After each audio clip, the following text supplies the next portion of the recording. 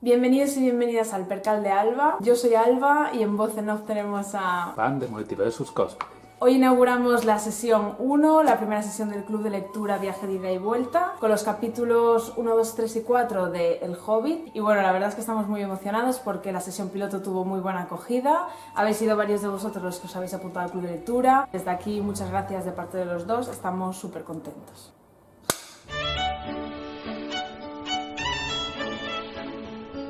Han sido poquitas las aportaciones que estamos teniendo de vosotros.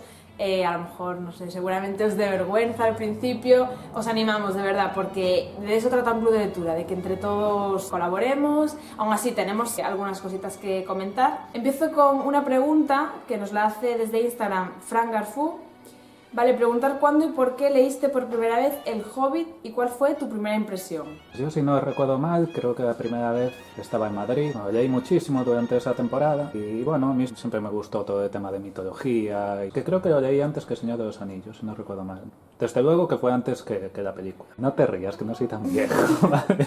Y nada, lo leí muy rápido y lo disfruté muchísimo y... ¿Te puedo preguntar yo, respecto a otros libros de fantasía o cuentos así un poco, pues eso, fantásticos que se acerquen a eso, ¿te recordó a algo o fue algo para ti totalmente nuevo? Porque para mí sí lo fue, ¿eh? Por eso digo. ¿Sabes qué pasa? Que yo creo que mucha mitología actual son modificaciones de lo que ha hecho Tolkien. Entonces me gustó ver pues los inicios, ¿sabes? De esas criaturas, la idea que había. De hecho, bueno, te voy a comentar luego alguna curiosidad de alguno de ellos. Siendo ese el inicio, otros libros de fantasía esa información no la tienen, porque han sido, digamos, muchas han sido creaciones de él. Sí, me he dado cuenta al leer otros libros de fantasía posteriores al Hobbit en mi caso, que Tolkien hace muchísima alusión a esto ya se hablará más adelante o esto no tiene lugar en esta historia, ¿sabes? Como siempre dejándote un poco con el gusanillo de más. En mi caso yo leí El Hobbit tarde, lo leí con 14 años y para mí fue un descubrimiento posterior a las películas, pero no del Hobbit, sino del Señor de los Anillos. Coincidía que era el estreno del Hobbit en el cine, entonces yo me puse a ver las películas del Señor de los Anillos, bastante forzada y claro, me fliparon, me las empecé a ver desde el principio, yo me las vi del tirón, yo recuerdo que a lo mejor me puse un sábado y seguidas, que aluciné, ya mismo con el inicio de la Comunidad del Anillo.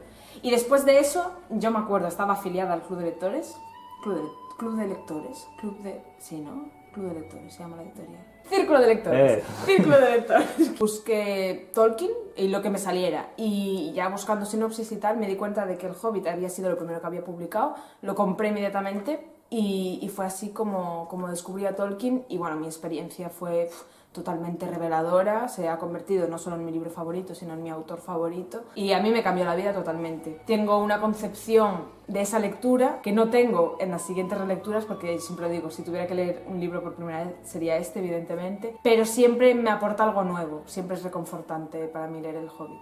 Yeso Kami nos dice: primer club de lectura con mi libro favorito, el que provocó mi pasión por la lectura, qué ilusión. Y bueno, pues yo estoy encantada de que estés en el club de lectura, que sea tu primer club de lectura, espero que lo disfrutes mucho, aunque no sea pues presencial o de la manera convencional. Cuéntanos, por favor, qué tal está siendo tu relectura. Esta misma chica nos comenta que algo que le ha llamado la atención es el deseo de hacer algo versus los obstáculos, ojo, propios y externos, que es muy interesante lo de los obstáculos propios, que ofrece salir de la zona de confort.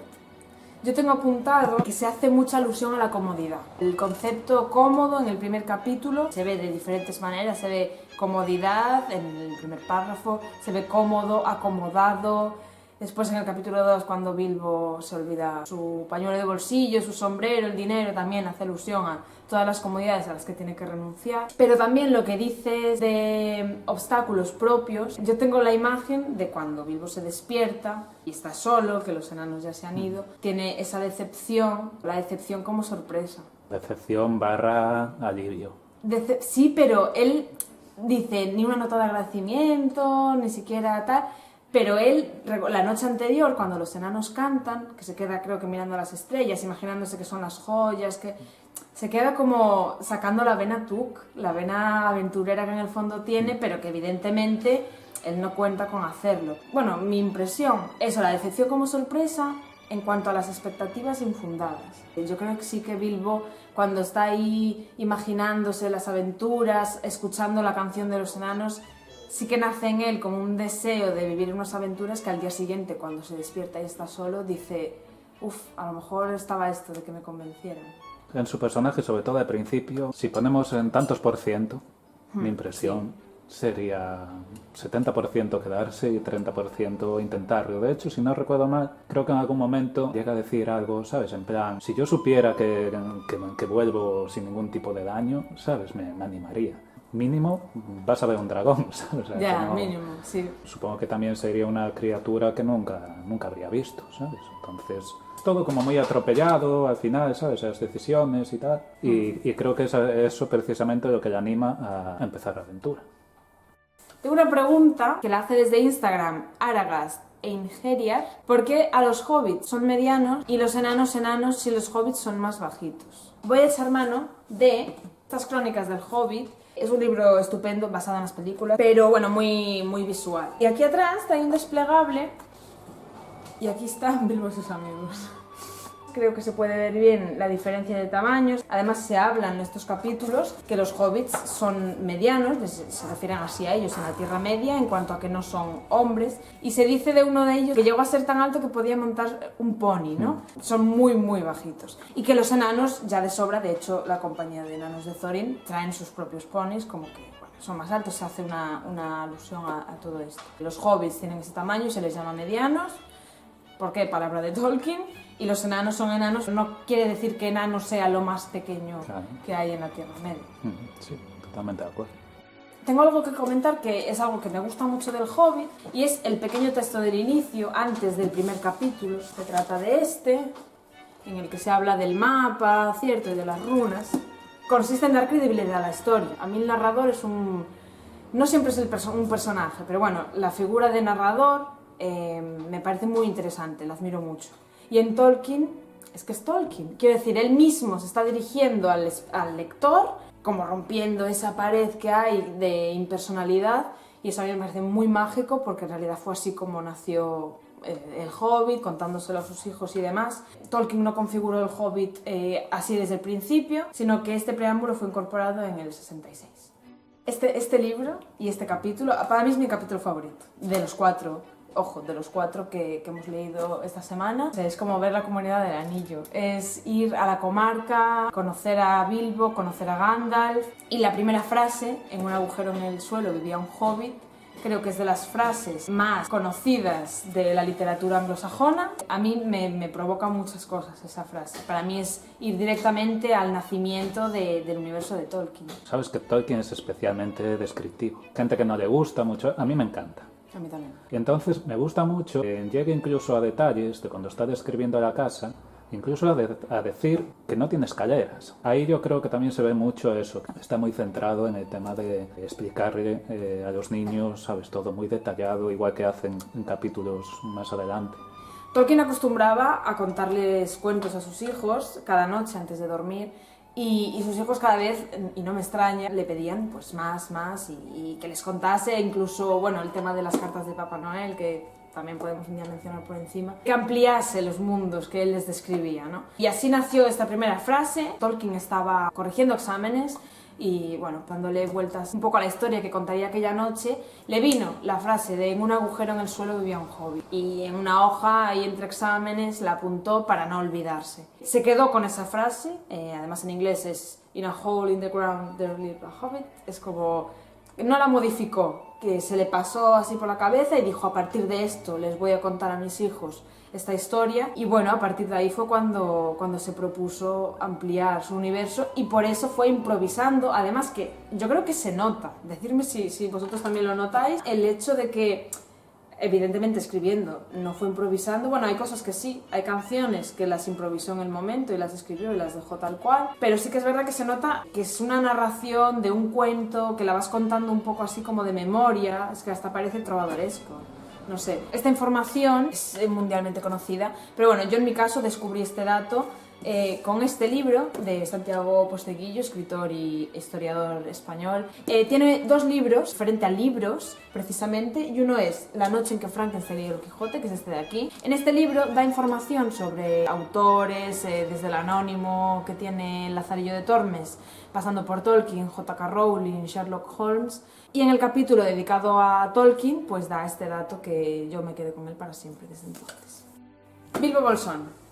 En inglés, Bilbo Baggins. ¿Sabes de dónde viene eso? Yo me quedé flipando. No sé, yo lo que opino es si podría estar a lo mejor una especie de metáfora. Es Baggins, pero procede de bagging, terminado en ing. Y ojito, se usa en el norte de Inglaterra para designar al alimento que se toma entre comidas.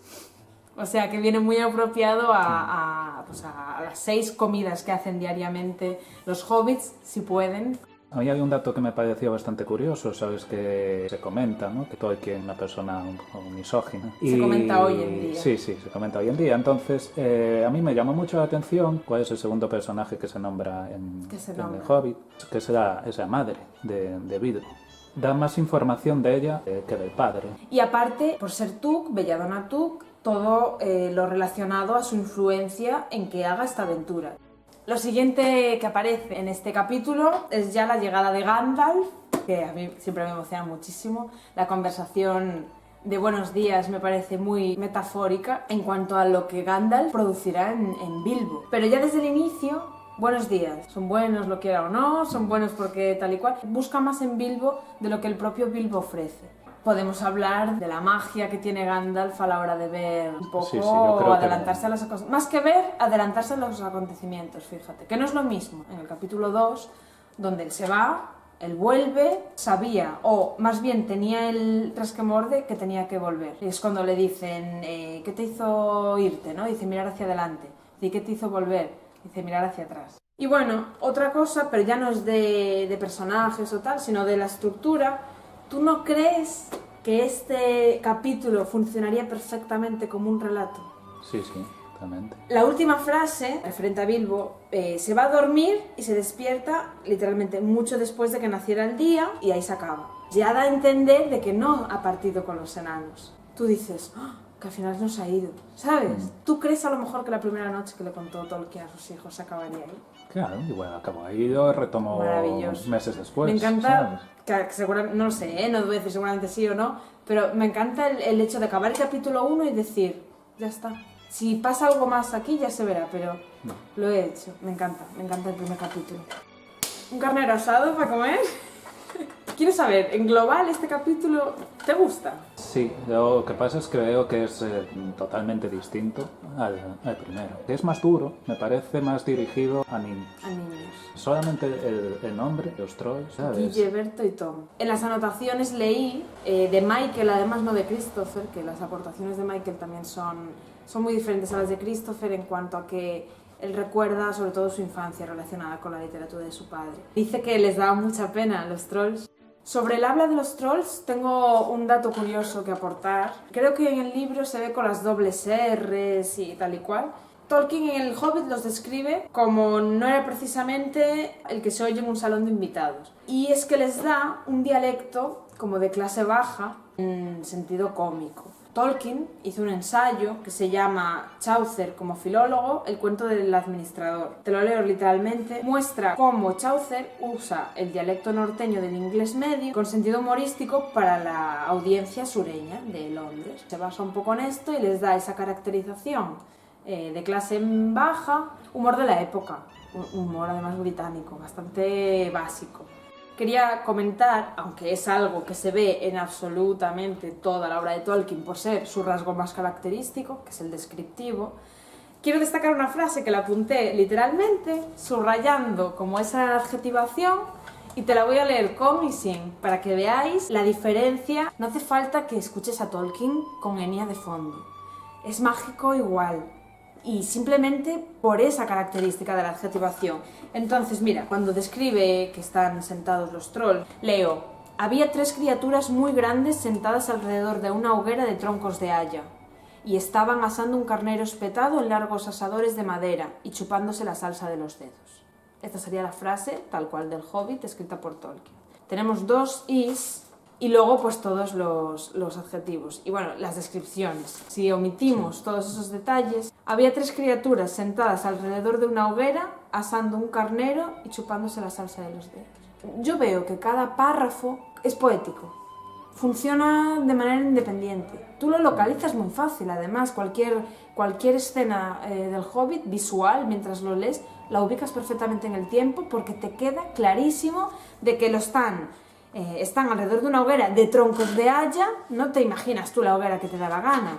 Están comiendo un carnero asado espetado en largos asadores de madera, no son ni cortos ni están puestos sobre piedra ni nada, están diciendo en largos asadores de madera, o sea, que no te quede ni un ápice de duda. Me parece que aquí se ve muy bien por qué es tan característica la adjetivación de Tolkien en cuanto a que marca la diferencia. Yo simplemente quería comentar de cuando Gandalf vuelve, la parte esta que se ve de lo que hablábamos antes, que está muy pensado para niños. Esto de jugar con el engaño de las voces, poner las voces de los trolls, que ellos, ¿sabes?, peleen entre ellos como si fueran niños. Se intenten separar, pero al final es peor y acaban todos, ¿sabes?, en el suelo, pegándose unos a otros. Además el factor sorpresa, que no... El lector no sabe que va a ser Gandalf y claro, yo me imagino perfectamente la reacción de los niños haciendo ¡oh! ¡Era Gandalf!, ¿no? De los trolls, Tolkien hizo como distintas clases de trolls, ¿no? A mí me llama mucho la atención de estos trolls la inteligencia que tenían para ser trolls. Ha creado varios tipos de trolls, que sería de piedra, de las cavernas, de las colinas, los de las montañas y los de las nieves. Entonces parece ser que estos tres, en concreto, son los más inteligentes de todos esos trolls. Saben hablar lengua de los humanos y además tienen alguna noción de aritmética. ¿Y se me ocurre? ¿Por qué? Yo, esa información que he encontrado. Una cosa que quería comentar es que me llama mucho la atención que el capítulo acabe diciendo que creo que es un par de elfos escapan de 3 trolls. Yo intuyo que había muchos trolls y que 3 se fueron por su cuenta. Puede ser también. Capítulo 3. Un breve descanso. Normal que tenga este título. Bueno, que de breve tampoco tiene mucho. Porque te esperas que van a parar a por un bocata y se quedan 2 semanas. Soporífero. Rivendell. Voy a dejar por aquí una ilustración del propio Tolkien que me parece súper bonita. Rivendell es mi tierra, ¿vale? Entonces no puedo ser objetiva. Claro, yo supongo que cuando Tolkien planteó Rivendell pudo hacerse el perfil de Elrond, un poco la ambientación, que sí que se palpa, que voy a hablar de ello ahora, pero no tenía toda la historia y toda del Señor de los Anillos y posterior de Rivendell. Me da pena que se toque tan por encima, porque es de verdad como si fuera una posada. Dices, oye, esto es Rivendell, no es el bar de la esquina, ¿sabes? Nada más entran como en un valle, Bilbo creo que se queda así como dormido y dice que se da en la espalda del caballo, ha pasado el peligro, vienen del episodio de los trolls y como que ya se meten en una atmósfera de relajación, de pues como después de haber hecho, no sé, una maratón. Tolkien habla de Rivendell en la versión original como homely. La traducción directa es hogareña. Piensa Bilbo, cada 2x3 está pensando en su agujero hobbit. Claro, de repente es lo más cerca desde que inició su aventura a sentirse como en casa. Se quedan 14 pedazos de días y luego es cuando abren el mapa en plan, venga, ¿qué os vais? ¿A dónde vais? ¿Y qué necesitáis? Pero sin embargo no te choca que, a ver, el grupo es mayoritariamente enanos. Sé que vienen de una situación complicada con los trolls, pero que vayas encima a casa de ellos. La enemistad entre elfos y enanos se ve interrumpida cuando tienen un enemigo en común. Eso es lo que los une. Aunque Elrond recuerda y bueno, vivió muchísimo y recuerda todo y lo reconoce perfectamente a Thorin y tal, hombre, yo entiendo que tampoco es un rencor. Lo que me ha llamado la atención, la predisposición de Bilbo a quedarse en Rivendell, incluso aunque desease haber vuelto a su agujero hobbit y mágicamente hubiera aparecido allí. Es muy heavy. Ya, pero es que tú piensas que también, para mí, vamos, el sitio más seguro de los que se nombran, ¿no? Sí. Es Rivendell. Sí, pero ¿sabes? Te da una tranquilidad. Aunque mágicamente apareciera en mi casa, no me iría. Ya, pero no tiene esa seguridad. Y deseo quedarse allí para siempre hasta el final de sus días. Aunque la comarca es un sitio seguro, dentro de lo que cabe, es mucho más... Hombre, sí, ¿sabes? claro. Rivendell. Y Y se de nota. hecho, bueno, sabemos lo que pasa más Sí. adelante, el Señor de los Anillos. O sea. Con ese pensamiento se va Bilbo de allí, no solo lo tiene en ese momento. Bueno, a mí lo único que salvo de este capítulo es que explican, que no hemos comentado antes, lo que han encontrado en el tesoro de los trolls. La espada que se queda Thorin y la espada que se queda Gandalf. De la de Thorin no voy a hablar porque puede ser posible spoiler, pero no sé si sabes que la de Gandalf va con él hasta el final de la historia de Gandalf. Me refiero... De la historia de Gandalf. Sí, entiendo que la espada que usa con el barro y tal es esa misma espada. Esa misma espada. Sí. Hasta Yo el creo que final sí. de la... Es curioso. Y después de irse de Rivendell, sobre la colina y bajo la colina. Para mí, personalmente, aquí discrepamos. Este es el capítulo... Me ha gustado, pero es el capítulo que menos me ha gustado. Y para mí el nivel está muy alto. Entonces, yo si quieres te dejo comentar los puntos que más te han gustado, me puedes preguntar. A ver, igual que tú estabas en casa, en Rivendell, yo soy más del lado oscuro de Tolkien. Y para mí yo creo que de estos 4 capítulos es el que más me gusta porque no deja de ser, como siempre hace él, muy descriptivo. Es un mundo que creo que no es tan fácil de ver. Que alguien se adentre tanto dónde viven los goblins. Me gusta mucho esa sensación de agobio que también veremos más adelante. Creo que lo describen muy bien, te hace meterte en esa, si podemos llamar ciudad, más allá de que después te presentan al rey Trasgo, que tiene que ser impresionante, creo que también lo han hecho muy bien en la película, es muy desagradable, permitirme la expresión, vomitivo. Y bueno, la muerte que tiene es un poco sin pena ni gloria, es una especie de rey autoproclamado, ¿no? Tiene toda la pinta. Funcionan un poco así, ¿no? Es la ley del más fuerte. Un poco va así o ha ido así la monarquía en la historia. Somos hermanos, se muere mi padre y te mato porque quiero ser yo el rey, vas a serlo tú. Voy a hablar un poco, un aparecido, pero todos sabemos que en esta novela está Smaug, me refiero. Sí, se menciona. Creo que es más arrogante que ambicioso. Iba a plantear la arrogancia como un mecanismo de defensa, pero sí que es verdad que me has desbancado totalmente con el argumento de Smaug. Hay gente arrogante y punto. ¿La arrogancia puede existir de por sí sin ningún factor? Puede ser.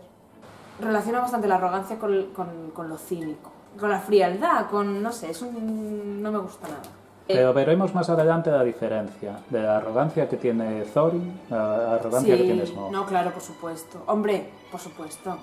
Yo a nivel personal he encontrado una frase, que la voy a leer tal cual, a mí me ha parecido, aparte de bonita, conmovedora, que invita a la reflexión y que creo que aunque se menciona de manera impersonal en este capítulo, anticipa acontecimientos que ocurrirán dentro de Bilbo, ¿no? En situaciones y bueno... Dice, no hay nada como mirar si queréis encontrar algo. Cierto que casi siempre se encuentra algo si se mira, pero no siempre es lo que uno busca. ¿Qué te parece? Te da igual, te la suda. Damos por terminada la primera sesión de este club de lectura. Ahora Pan nos va a poner a prueba. Sí, yo subiré a continuación de que se publique este vídeo en mis historias 4 preguntas sobre estos 4 capítulos. Y nada, cuando acabemos el libro, pues miraremos a ver quién ha acertado más y ya hemos comentado que habrá algún premio. Esperamos que os haya gustado esta sesión. El domingo que viene tendréis la sesión número 2. No olvidéis seguirnos tanto a mí como a Pan en Instagram, que es por donde estamos más activos con el club de lectura. Dejarnos vuestros comentarios, los recibiremos, vengan de donde vengan, para las próximas sesiones. Y no olvidéis que la siguiente semana estaremos leyendo del capítulo 5 al 8 incluidos y podréis seguir dejándonos vuestras aportaciones sobre la lectura, sobre el club en sí, sobre estos vídeos en las cajitas de preguntas que tendremos en destacados, tanto Pan como yo.